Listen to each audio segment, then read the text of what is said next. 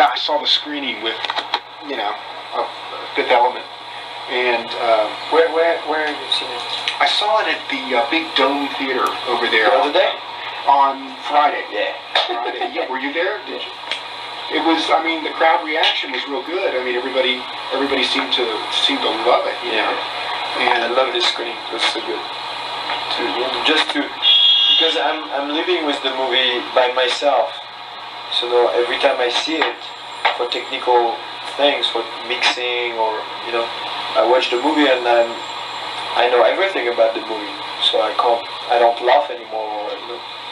So for me to see it with a big crowd and to hear, to see that everybody is laughing and think it's so. Well, I saw The Professional again, the other night after seeing this one. And what struck me was that the shots of New York, suddenly the 20th century didn't look modern because of what because in contrast to the Fifth Element, after seeing Fifth Element, suddenly, everything looks not modern now. I mean, that, to me, that's the big invention. And maybe you can, I know Mark Stetson had a lot to do with the creation of a 23rd century New York, but at all. Really? That has nothing to do with it. How did you invent this? How did you invent, when did you years ago you started coming up with this idea. But what about the creation of New York? The actual vision of, New York hundreds of years from now?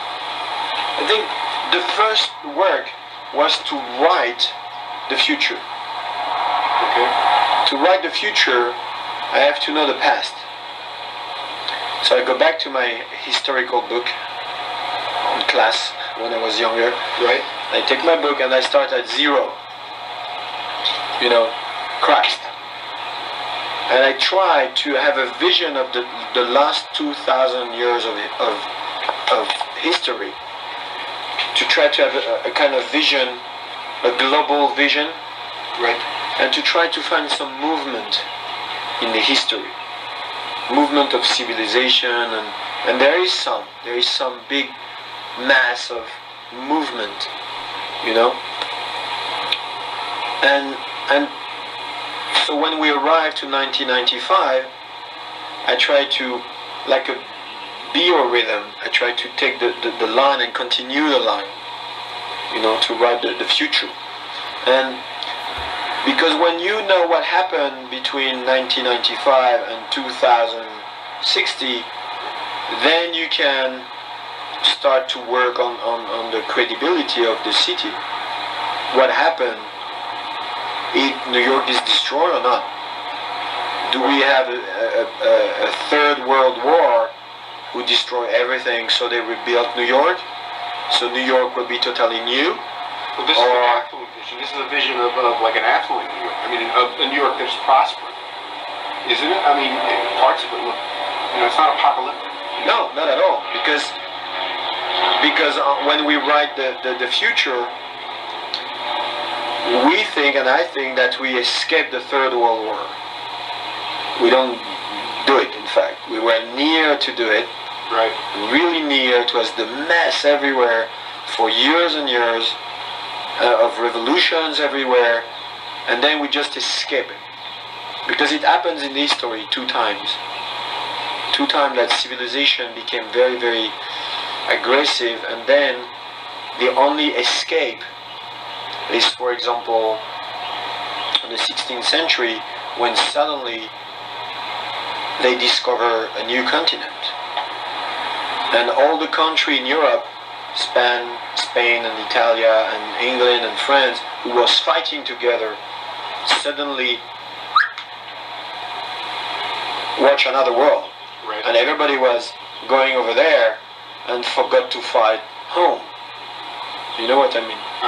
And in the 21st century, at the end of the 21st century, when the world was ready to collapse somewhere, they find a way, a scientific way, to go through the time, to not through the time, but through the distance. So to make a flight So we were able to reach other universe and other planets, you know. So suddenly everybody stopped fighting to each other because there is new country to discover now, you know. So that's why New York don't disappear and stay still there. So now New York, in this, you know, the level of the water go down. Yeah, there's no water in There is less and less because of the sphere effect. And also New Jersey becomes like a smokestack area. The only thing still recognizable is the Statue of Liberty. Yeah, and Manhattan. And of course Manhattan, which just kind of like in sedimentary layers, you know. I mean, it's just like the way you can go into the ground and see. Because that's Manhattan today. At the beginning, beginning of the 21st century, they start to build a little more on the top. But when the water level go down, then they start to dig. So they put more level down. So now you have 600 level. But the old New York is still at the same place. I see. You know, it's a kind of a monumental area. People visit this part because it's the oldest part of New York. That's amazing. I mean, you know, I thought while watching it, I could watch this for an hour.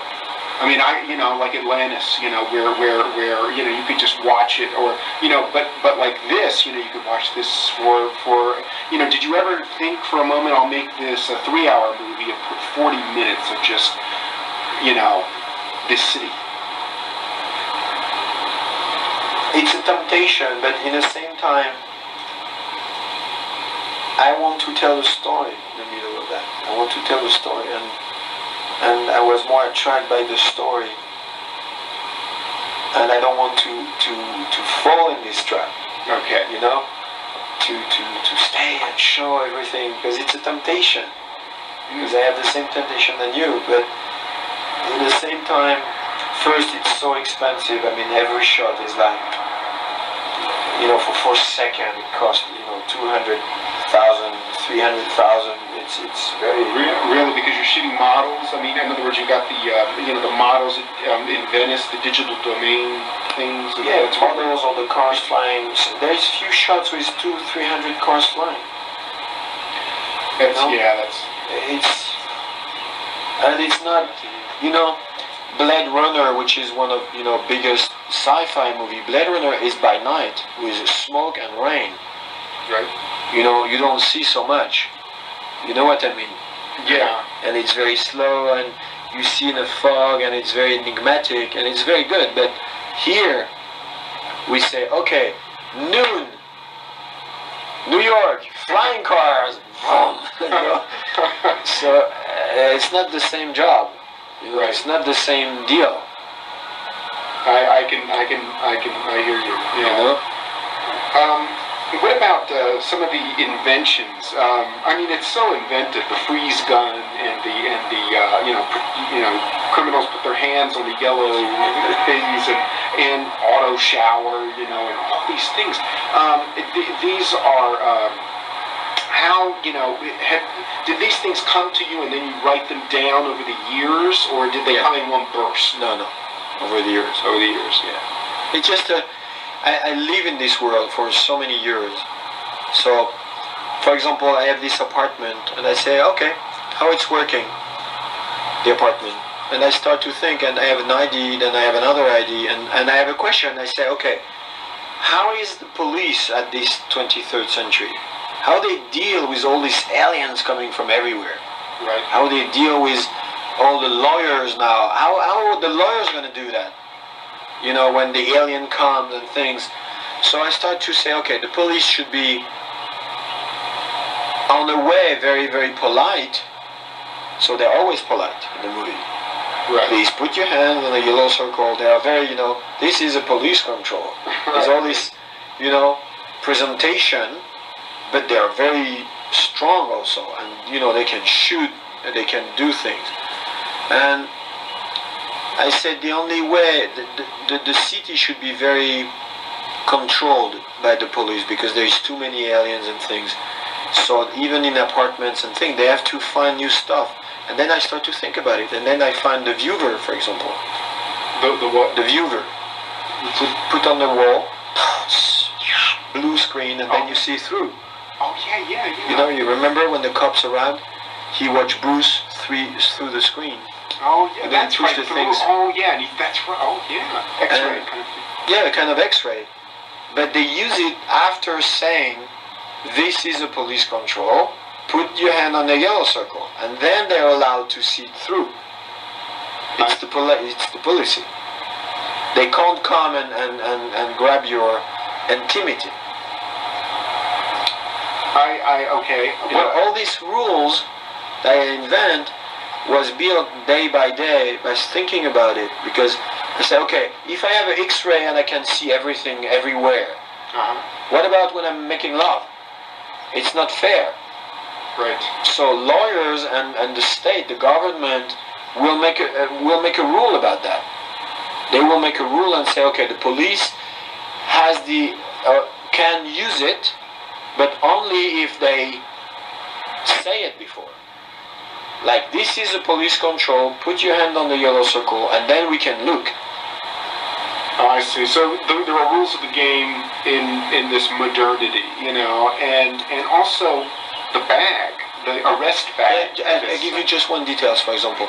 When you listen the conversation on the phone, yes, you're not allowed to do it. The government is not allowed to do it, except if somebody give, for a terrorism problem or something, a judge. Permission has to. Yeah. Permission, right? So it's the same thing.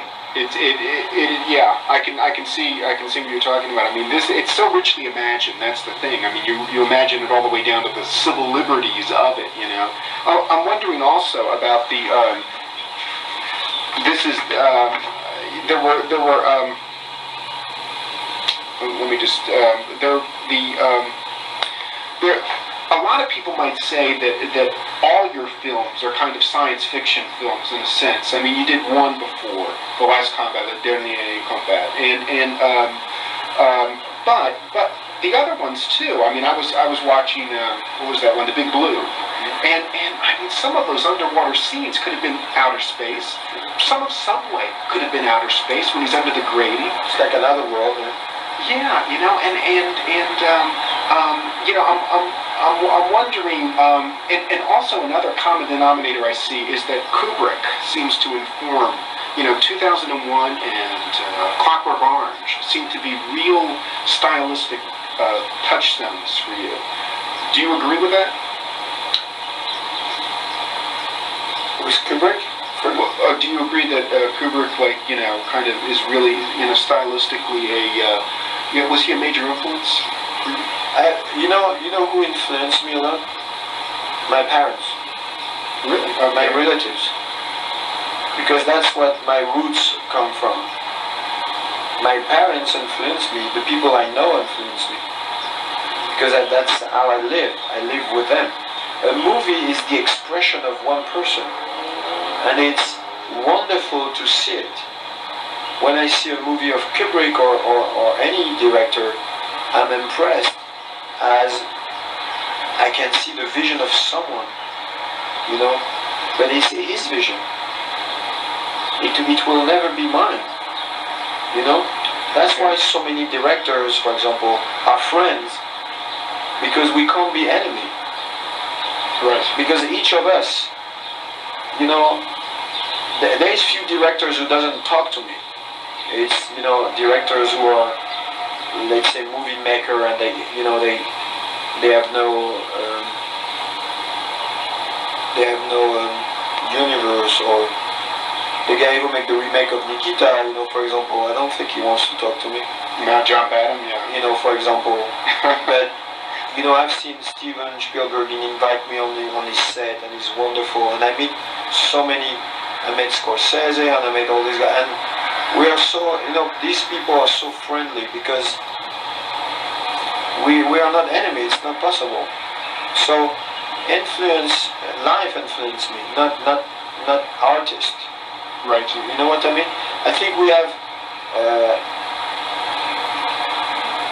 Kubrick is a very excellent. It's a genius director. And there is maybe one thing, and I hope it doesn't sound too pretentious, but I'm one of the things that I like a lot of things in a movie, but I'm careful with the architecture of a frame, and he's very careful with that too, and that's maybe why sometimes people can feel that it's a kind of similarity. It's because, and he much more than me, he's really, if you watch all this frame, it's always very architectural, very equilibrium, very centered lines, you know, corridors and things. It's very like this. And I am like too. I like forms, I like shapes and architecture in the movie. Right. And so I think that's why we can feel that. Similar sensibility, in other words. You know, instead of you being influenced, you weren't necessarily influenced, but you know, you have a similar sensibility to his. That's pretty much. If it's true, I'm flattered.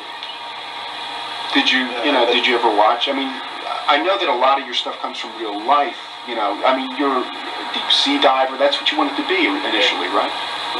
And so that maybe accounts for a lot of the grace of the movie. You know, the movies you did. There seems to be a certain grace of a swimmer in a lot of it. You know, but at the same time, still, you know, you must have gone through life, you know, watching movies, and you must have had favorites. What were some of your favorites growing up? But you know, until I was living in Greece and Yugoslavia until 9 years old. Okay. So I've never watched a movie until then. And then I was living in my mom was, you know, just a little money, so we have no TV. And I think I started to really go for movies at 15 years old. What did you watch then? What was out. Okay. With my friends. You know, they say, oh, let's go to see this one. I go. I was not at all a specialist or... of yours in of science fiction cinema. But did you ever see Batman, the movie Batman, Tim Burton's movie? Because there's a vision of Metropolis that's kind of interesting there too. I mean, you know, are these some of the things that you know, that maybe unconsciously, you know, went into, you know, your vision, your imagery, or no. Okay. Batman is really specific, very on the side. It comes from the comic books, Right. and team make a great job to adapt that on the screen. And Batman looks like Batman. It's by his own. It's a world. It's Gotham City. Right. It's, you know, it's unique. It's, you know, and the Fifth Element has really nothing to do with it at all. Okay. Because what we try is to make believe that what you see on the screen when you see New York is New York. The 50 levels of the old New York that we know today, still in the movie, they are there. Yeah. You know, the sidewalk and the building, and you know, when he dived. Yeah. You remember? Lily. Yeah. No. When the cabbie say, "You won't play hard, let's play hard," and the cab just goes straight at the end of the chase. Okay. Yeah. You remember? Yeah. He's driving. All the cops shoot at him. Right. And so he's driving this way, and he said, "Okay, you want to play hard? Let's play hard." And he dived, literally, in the traffic, Right. and he disappeared in the fog.